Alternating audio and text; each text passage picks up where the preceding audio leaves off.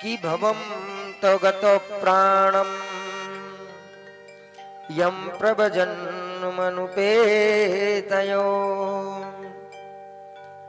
धर्मो धर्मो सुखम दुखम मानसानि न ते विभु। धर्म और कर्म इस संसार सागर से हमको पार उतार देते हैं, लेकिन करते क्या है? जीवन भर पाप।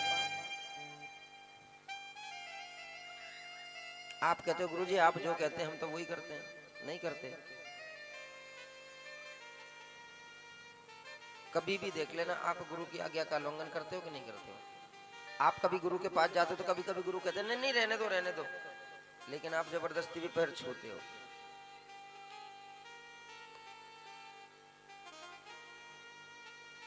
तो श्रीमद् भागवत कथा 7 दिन में जीवन बदलती है।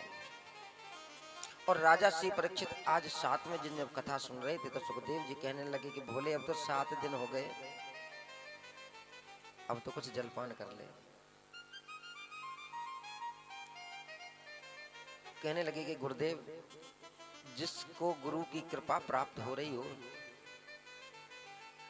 अमृत गुरु के मुख से मिल रहा हो पाने को और गंगा मिल रही हो पीने को, फिर इन संसारिक वस्तुओं का भोग क्यों करूं? ध्यान करना मेरी मैयाओं, हमारी कहावत है ब्रज में भी कि गंगा जी को नहावो विप्रन को व्यवहार, डूब जावे तो पार और नहा के आवे तो पार। गंगा जी का स्नान करने जाते हो, स्नान करके वापस घर आ जाते हो तो पाप धुल जाते हैं, और डूब के मर जाए तो 84 का चक्कर खत्म। बड़े भाग्यशालियों को ऐसे मिलता है महाराज। गंगा जी को नहावो, विप्र विप्र कहते हैं ब्राह्मण को, और ब्राह्मण का संग। जितना जितना राधा रोई कान्हा के लिए, और कान्हा उतना उतना रोया सुदामा के लिए। आपके जीवन में कोई ब्राह्मण है, कोई मित्र है?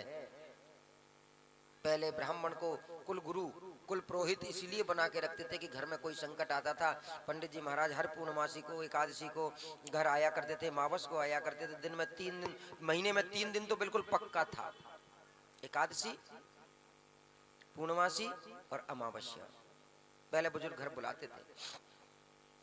अमावस्या होती है पितरों की, पूर्णिमा होती है देवताओं की, और एकादशी होती है मेरे श्याम सुंदर की। और जिन्होंने महीने में 3 दिन इनके नाम का निकाल दिया, और जब ब्राह्मण इस बहाने से घर आया, आओ ना महाराज चाय पियेंगे, और ब्राह्मण के चरणों में लक्ष्मी का वास। जब ब्राह्मण के आपके द्वारे पर आए तो समझ लो, जब उनके चरणों से जो रज थोड़ी बहुत तुम्हारे घर में रह गई तो समझ लो वो लक्ष्मी बखेर के चले गए। घर में कोई परेशानी हो गई, ब्राह्मण आए, गुरुजी क्या करें, ऐसा चल रहा है, पंडित जी ऐसा हो रहा है।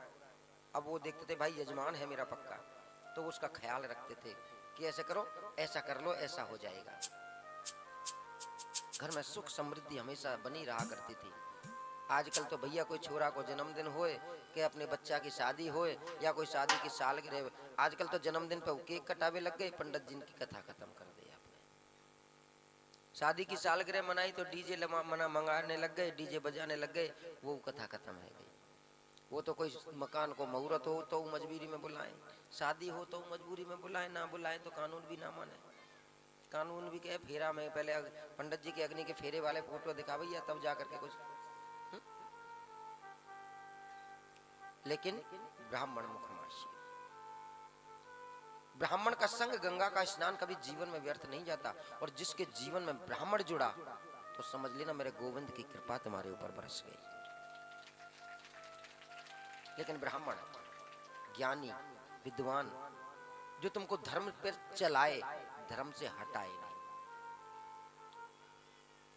शिक्षा दे, कभी अधर्म, कभी मन भी भटकने लगे तो उस मन को भी काबू में कर दे। उसी समय कभी भी देख लेना, कभी कोई विपदा आती है ना, हमारे साथ कई बार ऐसा हुआ। किसी दिन हम मान लो एक दिन जयप्रकाश जी के यहाँ आए, जयप्रकाश जी कहने लगे अरे गुरुजी वास्तव में 2 दिनों से याद कर रहा था। और आपको बहुत याद कर रहा था। ये तो तुम्हारे फोन की सुविधा तो अब चली है महाराज, ये तो प्रभु ने, ठाकुर जी ने पहले ही फोन फिट कर रखा है यहाँ पर। आज भी कहते हैं ना किसी को दिल से याद करो, दूसरे तक खबर पहुंच जाती है, लेकिन तुम दिल से करते